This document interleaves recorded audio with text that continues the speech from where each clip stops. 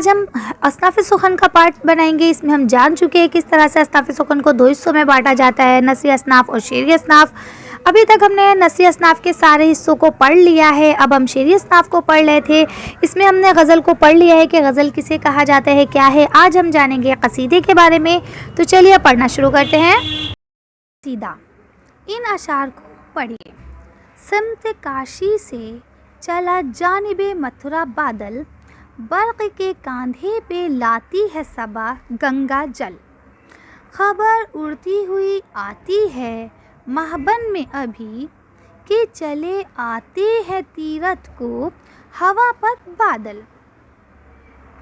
ना खुला 8 पहर में कभी 2-4 घड़ी, 15 रोज़ हुए पानी को मंगल मंगल। कभी डूबी कभी उछली मैनों की कश्ती, बहरे अख़ज़र में तला तुमसे पड़ती है हलचल।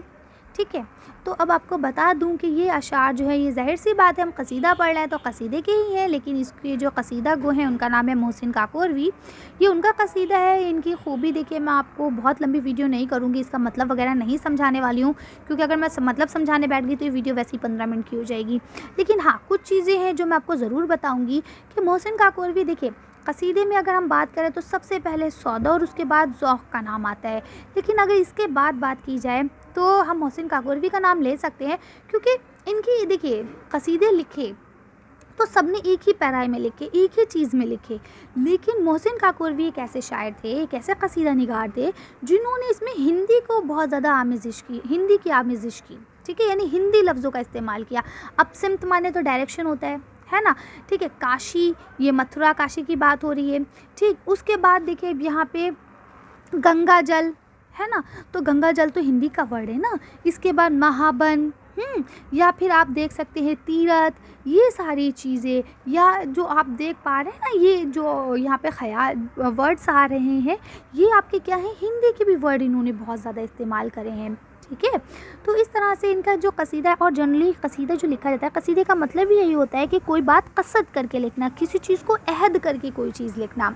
ठीक है, और जनरली कसीदे में शायर जो हैं वो तारीफ़ ही करते थे। वैसे ठीक है, कसीदे में कभी कदार जो हजव होता है उसमें बुराइयां भी की जाती हैं, शहर आशूब वगैरह भी होते हैं, लेकिन कसीदे का मेन मतलब ये होता है कि कोई चीज़ अहद करके तसलसल से उसके बारे में लिखते चले जाना, और इसमें जनरली तारीफ़ होती है। और पुराने ज़माने में शोरा ऐसा इसलिए करते थे, वो बादशाहों की तारीफ़ करते थे, फिर बादशाह उन्हें माला माल कर देते थे दौलत से।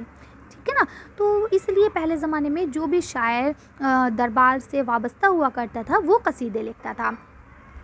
ठीक है, अब आगे पढ़ते हैं। तो कसीदे में ये होता है कि कभी कदार ये आपका गज़ल जैसी फॉर्म ले सकता है कि काफ़िए मिलते चलें उसमें, लेकिन कोई ऐसी पाबंदी नहीं है। ठीक है, एक जो बंद होगा, जैसे आपका मान लीजिए 10 मिसरों का है या 8 मिसरों का बंद होता है, उसमें आपको जो एक बंद होगा उसमें एक काफ़िया इस्तेमाल होगा, दूसरा बंद होगा उसमें दूसरे काफ़िए का इस्तेमाल कर लेंगे, ऐसा करते हैं।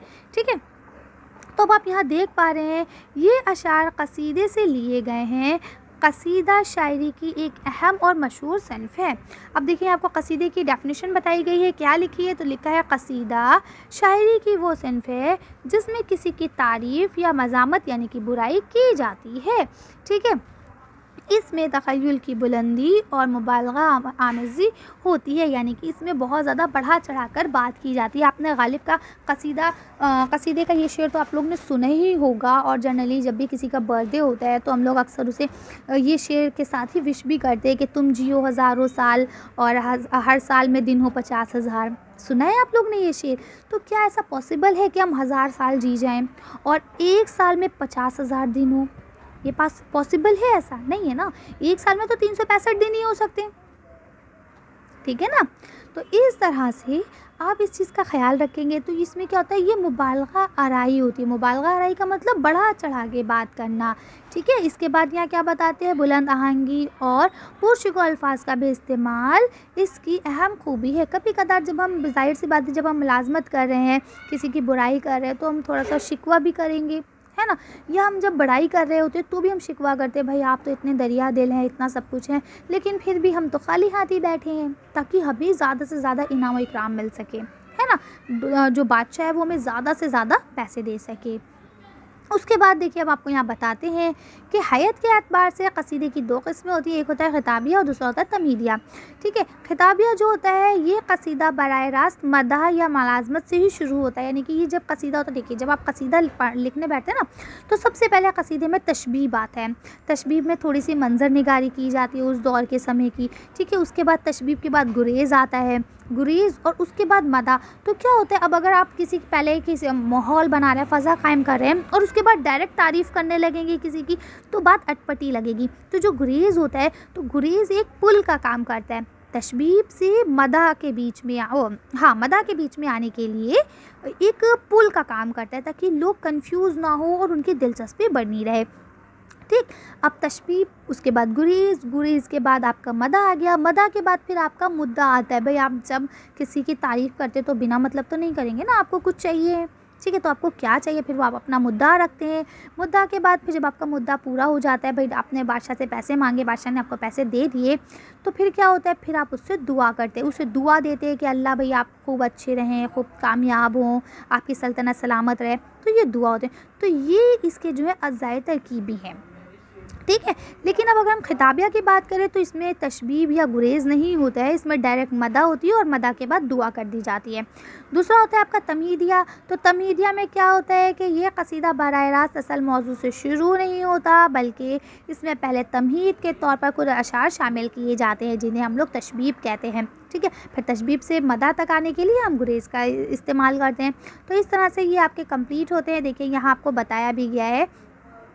अगर हम मौजू के एतबार से बात करें तो इसकी दो किस्में होती है। पहला होता है मदाहिया, जिसमें हम सिर्फ़ और सिर्फ तारीफ़ कहते हैं। फिर होता है हुजव। हजव में हम क्या करते हैं, हजव जो है इसमें आप किसी की मुलाज़मत करते हैं, यानी कि किसी की बुराई करते हैं।